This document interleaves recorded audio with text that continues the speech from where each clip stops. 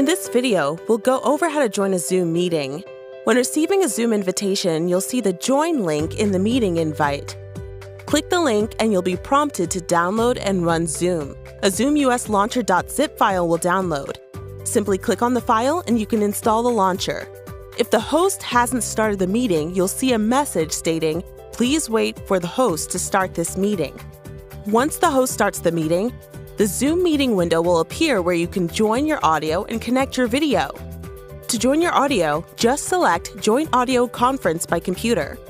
This should automatically appear once you join the Zoom meeting.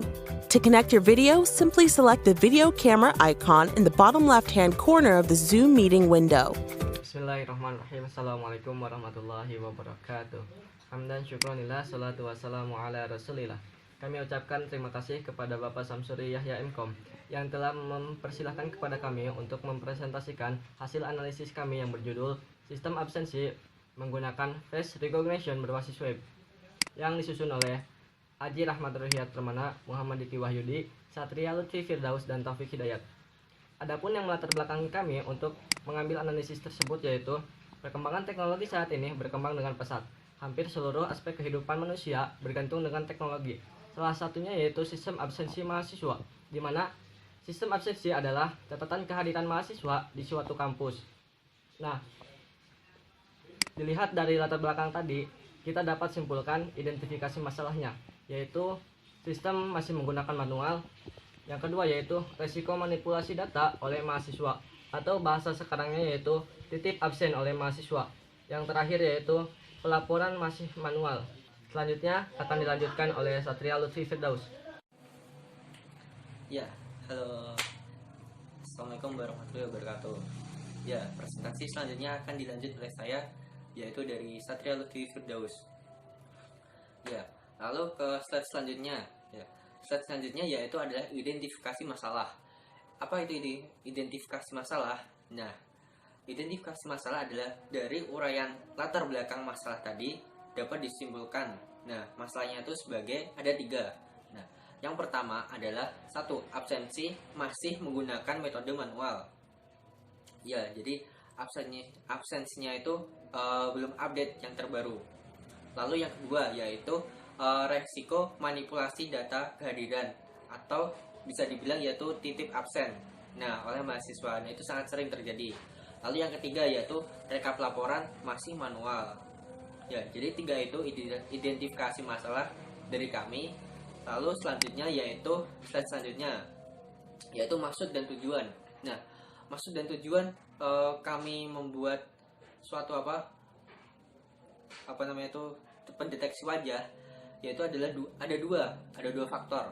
Yang pertama yaitu membuat sistem absensi menggunakan face recognition berbasis website. Nah, yang kedua yaitu mendeteksi, mengenali dan menyimpan data multiwajah atau multiface pada absensi kehadiran mahasiswa di kelas secara real time. Nah, real time itu jadi setiap saat menggunakan webcam atau pada smartphone, kamera smartphone. Jadi seperti itu. Lalu selanjutnya batasan masalah. Nah, di sini kami membuat suatu aplikasi ini juga mempunyai banyak sekali masalah. Yang pertama yaitu pembahasannya sekitar absensi mahasiswa menggunakan face recognition berbasis website. Nah, mungkin hanya itu yang bisa kami penjelasan gitu. Terus selanjutnya lokasi dan waktu. Ya, kami membuat aplikasi ini berlokasi di Stikom El Rahma Bogor, dan yang beralamat di Jalan Dr. Sumeru nomor 21G, Kebun Kelapa, Kecamatan Bogor. Nah, untuk waktunya bisa dilihat di slide, itu seperti itu. Butuh beberapa bulan untuk mengerjakannya karena kami dalam membuat aplikasi ini butuh penelitian sangat lama, karena face recognition itu harus mengumpulkan sampel-sampel wajah mahasiswa untuk dibuat aplikasi. Jadi seperti itu. Lalu lanjutnya yaitu metode penelitian. Nah, di sini kami dalam membuat aplikasi ini menggunakan 4 4 metode penelitian, yaitu yang pertama yaitu metode pengumpulan data. Nah, di sini kami langsung survei ke tempat dan mengumpulkan data. Lalu yang kedua yaitu metode pengembangan sistem. Dan yang ketiga, alat bantu analisis dan perancangan. Lalu yang terakhir, yang terakhir yaitu metode pendekatan sistem.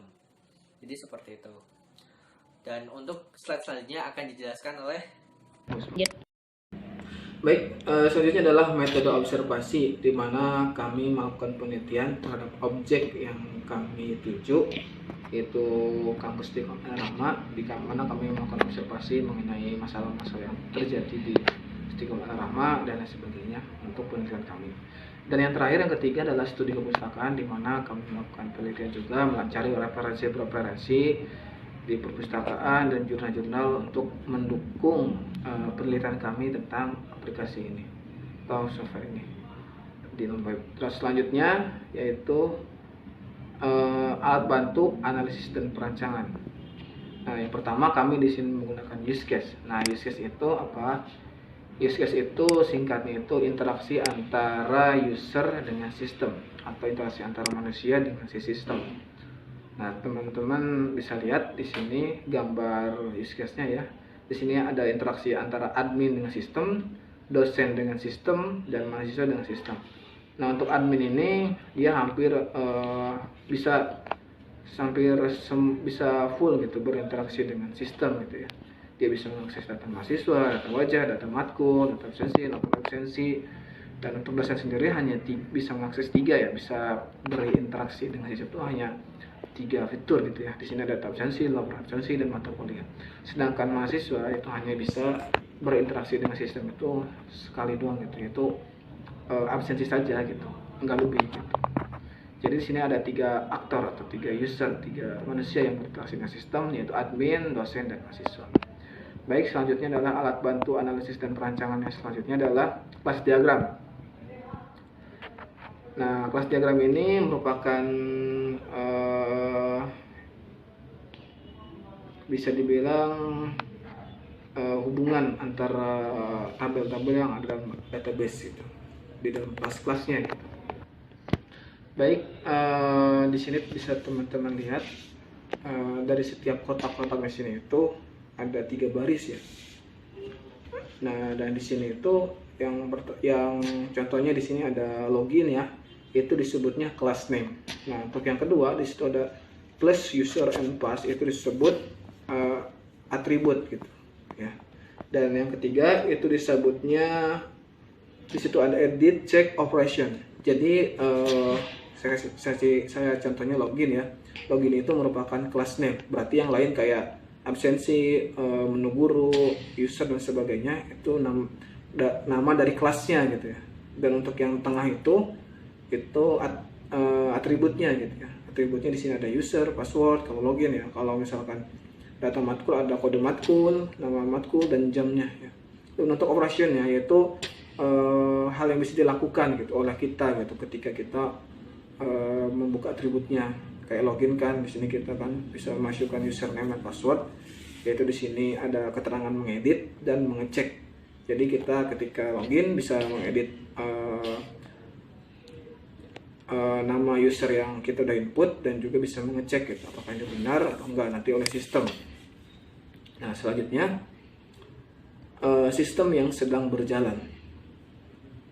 Nah, di sini kita telah menganalisis sistem yang ada di Istiqomah Al-Rahmah, bahwasanya sistem di sini itu masih menggunakan metode manual ya, dan absen pun di sini masih menggunakan kertas. Dan kadang mahasiswa kan suka tanda tangan sendiri tuh. Nah, terkadang juga di situ ada kecurangan gitu, ketidakjujuran, di mana mahasiswa titip absen gitu, apalagi yang nggak masuk kuliah misalkan maupun kita gitu, titip absen gitu, titip tanda tangan kan dosen kan nggak tahu tuh mahasiswa tersebut hadir atau enggak, makanya itu merupakan bentuk sebuah kecurangan gitu. Dia tidak masuk tapi absennya hadir gitu kan, tapi dosen nggak tahu gitu kan, jadi tidak jujur gitu. Sehingga dari analisis tadi bertujuan untuk membangun sistem absensi yang jujur dan lebih modern tentunya ya, serta kekinian gitu. Semoga pengaruhnya juga dapat membuat pengaruh yang baik bagi kampus dan juga dosen-dosen yang ada di Erlama gitu. Semoga dengan absensi ini kehadiran mahasiswa bisa jujur di kelas secara akurat, efektif, dan efisien dalam pengolahan datanya. Selanjutnya adalah evaluasi sistem berjalan. Setelah kita mengevaluasi dari sistem yang berjalan, bahwasanya di sini ada permasalahan ya, 3 permasalahan. Yang pertama adalah proses absensi masih menggunakan kertas, manipulasi data absen oleh mahasiswa, dan yang ketiga adalah proses laporan manual. Nah, untuk penyelesaiannya di sini kami membuat penyelesaian pertama yang membuat sistem absensi yang terkomputerisasi, lebih modern, lebih canggih. Yang kedua adalah proses absen menggunakan wajah sehingga tidak bisa dimanipulasi. Jadi di sini mahasiswa absennya menggunakan wajah, face recognition, di mana itu berbasis kripton ya. Nanti di situ mahasiswa tidak dapat berlaku curang gitu ya. Tidak bisa titip absen. Jadi harus mukanya langsung yang absen gitu, hadir di tempat kelas. Dan yang ketiga, itu dapat mencetak laporan dari setiap data dengan mudah. Baik, selanjutnya adalah perancangan basis data. Nah, untuk basis data ini teman-teman bisa lihat di slide, bahwasanya di sini ada 5 ya. Yang pertama itu ada tabel data mahasiswa, tabel data wajah, tabel data matkul, tabel user, dan tabel kehadiran. Di situ sudah tertulis file, di situ ada NIM, nama, dan lain sebagainya, dan juga data tipenya udah tertulis di situ, ada integer, perchar, dan deskripsinya juga sudah ada di situ. Baik, selanjutnya penjelasan akan dilanjutkan oleh Diki. Pada Diki saya persilakan. 3. Terima kasih, saya ucapkan terima kasih kepada Haji. Selanjutnya di sini saya akan menjelaskan perancangan muka. Di sini dalam perancangan muka ada halaman login, ada halaman absen, dan data mahasiswa. Di halaman login ini bisa diisi oleh siswa gitu, oleh mahasiswa, dan di halaman absen ini nanti akan ketika kita absen gitu dengan wajah kita otomatis akan men-screen gitu, nanti nama, NIM, jurusan itu akan terinput, kemudian masuk ke data mahasiswa, ke halaman data mahasiswa ya. Ada halaman data wajah. Nah, data wajah ini nanti data yang dari halaman absen tadi masuk ke data wajah, terus ada data matkul. Nah, kan tadi dikaitkan dari data absen masuk ke data matkul, dan satu lagi data absensi. Data absensi ini keseluruhan data dari data absen, yang dimana ketika tadi si mahasiswa mengabsen dengan wajahnya atau di screen, kemudian data-datanya itu akan masuk ke data absensi dari nama, NIM, data wajah, data matkul, kemudian itu akan terekam semua. Ya, tujuan dari perancangan sistem ini yang dimana tuh untuk membangun sistem absensi yang lebih modern, lebih baik lah, lebih istilahnya pada sekolah-sekolah yang memang sebelumnya sekolah menggunakan absensi secara manual. Kita di sini mengembangkan dengan face recognition agar mengetahui kehadiran mahasiswa di kelas secara akurat dan efektif dan efisien. Intinya lebih mudah, lebih simpel. Selanjutnya, pada implementasi aplikasi di sini akan ditampilkan halaman absensi, halaman login, dan lain sebagainya.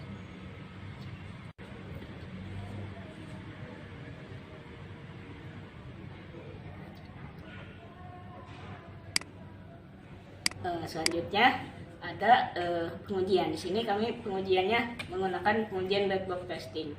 Ada beberapa tabel atau ada beberapa halaman yang dimana itu di situ memiliki aktivitas tertentu. Data mahasiswa istilahnya kita dapat melihat data mahasiswa, kemudian menambah dan mengedit. Sama data wajah juga, kita pada halaman data wajah ini kita dapat melihat wajah mahasiswa yang sudah melakukan absen, terus kemudian dapat menambahkan data atau mengedit bahkan dan menghapus data mata kuliah. Sama pada data mata kuliah ini kita bisa menambahkan, kita bisa melihat, kita bisa mengedit dan menghapus. Dan terakhir data absensi ini tadi saya sudah jelaskan, data absensi ini adalah inputan semua dari data mahasiswa yang telah mengabsen tadi. Kemudian ketika misalkan si mahasiswa tadi ingin merubah misalkan fotonya atau misalkan wajahnya, bisa dirubah lagi, atau ingin merubah data-datanya bisa dirubah lagi pada halaman data absensi ini. Dan kemudian untuk merubah semua ini harus istilahnya kepada admin meminta tolong, karena si mahasiswa itu sendiri, saya jelaskan tadi, hanya bisa mengabsen dengan wajar. Kemudian saran dan kesimpulan dari hasil penelitian tugas proyek kami ini, sistem absensi berbasis face recognition berbasis webnya, maka kita mengambil kesimpulan bahwasanya pertama, sistem ini dirancang agar lebih efisien dan istilahnya pengolahannya itu lebih mudah lah untuk mengolah data absensi mahasiswa. Yang kedua, sistem ini diharapkan dapat mempermudah dosen dan pihak akademik dalam backup data mahasiswa yang melakukan absen. Selanjutnya, kami juga berharap gitu dan menyadari aplikasi yang kami buat ini atau proyek penelitian kami buat ini masih banyak kekurangan, dan kami berharap bisa ada yang meneruskan atau memberikan saran pada bagian-bagian yang masih kurang agar ditingkatkan. Seperti misalnya fitur-fiturnya itu harus diperbaiki lagi pada sistem-sistemnya, kemudian dikembangkan dari sisi UI UX-nya dan lain sebagainya. Cukup sekian presentasi dari kelompok kami. Mohon maaf atas kesalahan dan kekhilaafannya. Kurang lebihnya mohon maaf. Wassalamualaikum warahmatullahi wabarakatuh.